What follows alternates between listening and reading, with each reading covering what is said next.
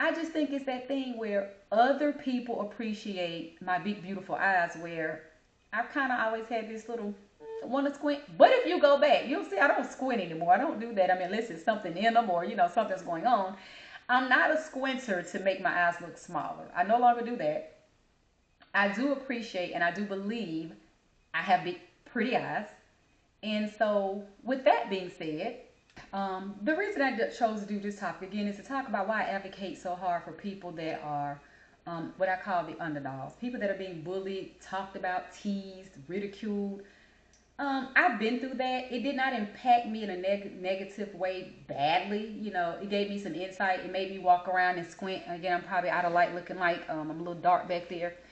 And so I am that person that once I see that happening to somebody else, I like to step up for that person. I'm going to take up for that person. Again, I wasn't affected in a negative way, a bad way, right? Not really, really bad. And I don't want to see anybody else do that, but I do know it stayed with me. So let's just be clear.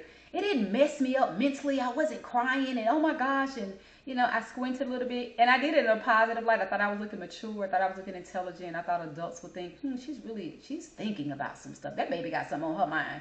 I did it, and it came out to be positive for me. I don't want, but it stayed with me for years. So I don't want other people to go through things feeling like because somebody else has told you something negative about yourself, it is so, or it has to be bad. Baby, you said what you said about me. Guess what? I do have big eyes.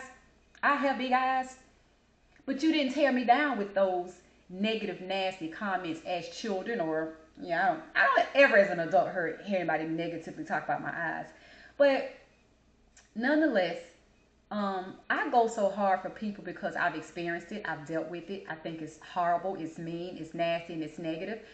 This wasn't about this, but I'm going to insert it. I grew up in a household where I was the family member with the darkest skin in the family, in the household, right? My mom, to me, never really made it an issue.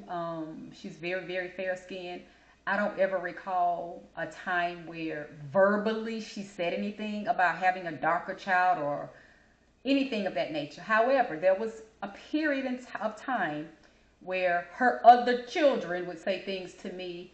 And so outside of the house, girls that would fall out with me would talk about the big eyes, ribbit, pop eyes. Inside of the home, I don't know where they got it from, but the siblings were people that would call me Juju baby, Tar baby. Those were the inside of the home names that I was called.